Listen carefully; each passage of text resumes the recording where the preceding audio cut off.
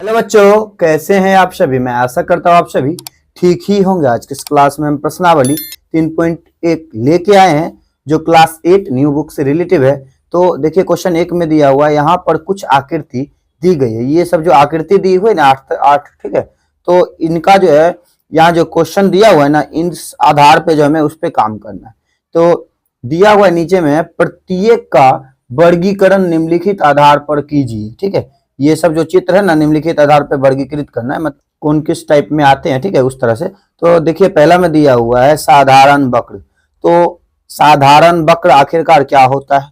बार चला है, एक ही बार में अगर हो गया, पेन को जो है बिन उठाए, ठीक है, पेन को बिन उठाए जो हम एक ही बार में अगर कर दे, उस चित्र को बना ले, तो हमारा जो है वो क्या होगा, तो वह साधारण वक्र में आएगा। ठीक है, तो देखिए हम यहाँ पे देखिए करके देखते। तो मानिए हमने जो है यहाँ पे एक पेन रखा, पेन को जो है यूं करते हुए ऐसे ऐसे करके आए, तो देखिए ये तो आ रहा है। तो यहाँ पे हम लिख देंगे, जैसे साधारण वक्र था ना, तो लिख देंगे साधारण वक्र।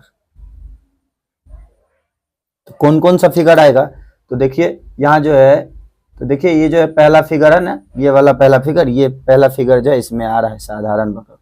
ठीक है, तो साधारण वक्र में जो है पहला भी फिगर आ रहा है। उसके बाद देखिए दूसरा पे जाते हैं, यहाँ देखिए पेन को हम रखे ऐसे करके चलते रहेगा। ठीक है, तो दूसरा भी आ जाएगा।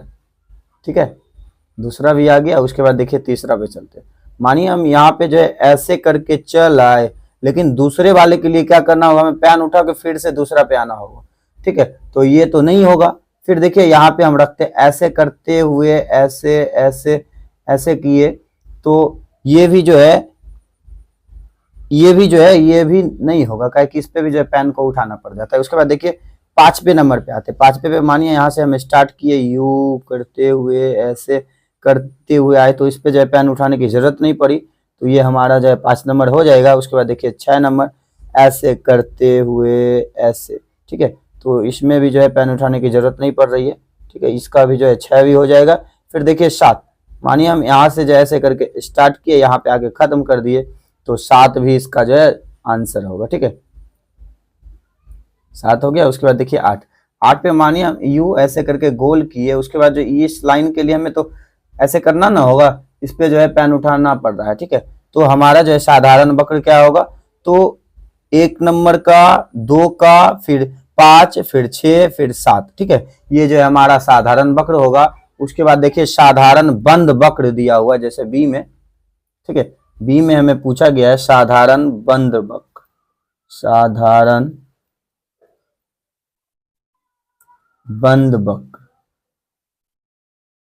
ठीक है, साधारण बंद वक्र, यानी देखिए ये साधारण वक्र तो ये सब था जो जो अभी जो है, लेकिन बंद वक्र, बंद क्या होता है कि किसी भी दिशा से खुला हुआ ना।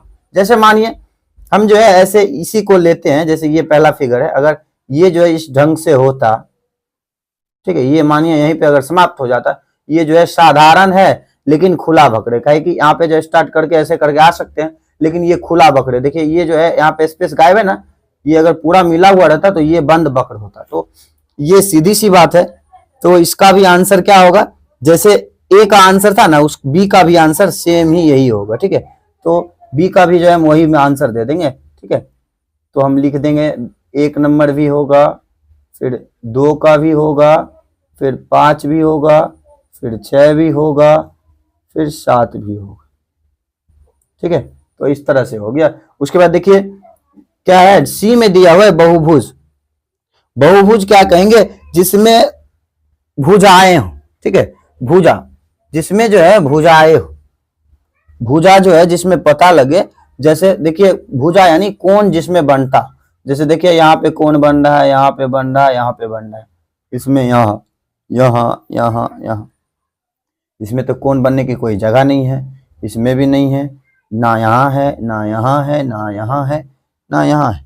ठीक है, तो इसका आंसर जो है, जैसे सी दिया हुआ है ना, सी का आंसर हम दे देंगे बहुभुज में। बहुभुज में जो है हम इसका आंसर लिख देंगे, तो 1 नंबर और 2 नंबर। ठीक है, ये हमारा आंसर हो गया। उसके बाद देखिए डी में हमसे पूछा गया है उत्तल बहुभुज, उत्तल बहुभुज।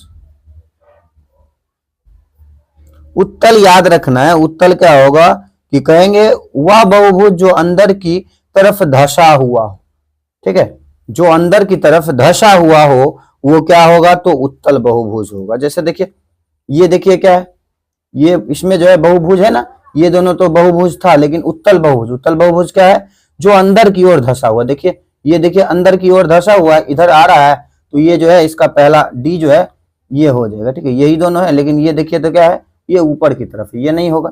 फिर देखिए ई में दिया हुआ है अवतल बहुभुज,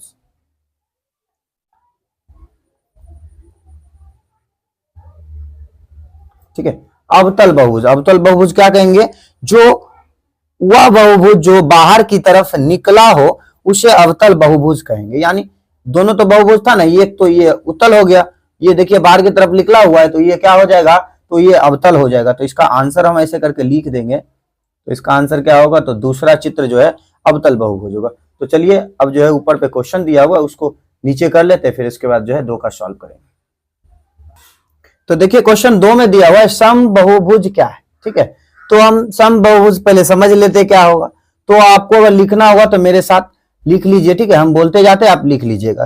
तो लिखेंगे वैसा बहुभुज जिसमें 3 या 3 से अधिक समान सरल रेखाएं से बनी आकृति हो, ठीक है, उसे हम क्या कहेंगे, तो सम बहुभुज कहेंगे। 3 या 3 से अधिक समान सरल वाले रेखाओं से बनी आकृति। तो देखिए दिया हुआ एक सम बहुभुज का नाम बताइए जिसमें, ठीक है, एक सम बहुभुज का नाम बताना है जिसमें 3 भुजाएं हो।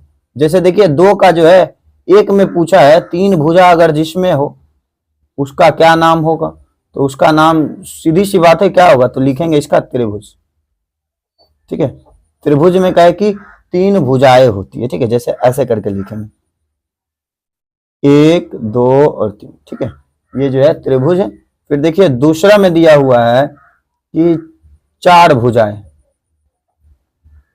4 भुजाएं, 4 भुजाएं क्या होगा, वर्ग भी हो जाएगा, आयत भी हो जाएगा। हम यहाँ पे जो है आयत का चित्र बना लेते हैं, ठीक है। तो आयत का चित्र बनाने के लिए हमें क्या करना होगा, तो इस तरह से करना होगा, 4 भुजा जिसमें हो।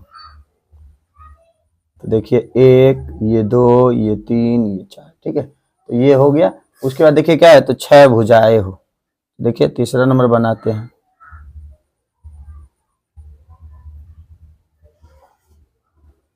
6 भुजाएं, तो 6 भुजा कह रहा है जिसमें, तो उसको हम षष्ठभुज कहेंगे। इसका जो है चित्र इस तरह से बनेगा,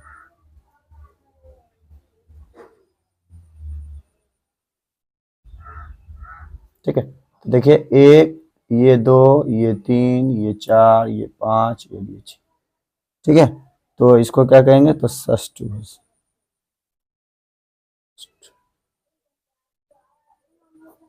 ठीक है।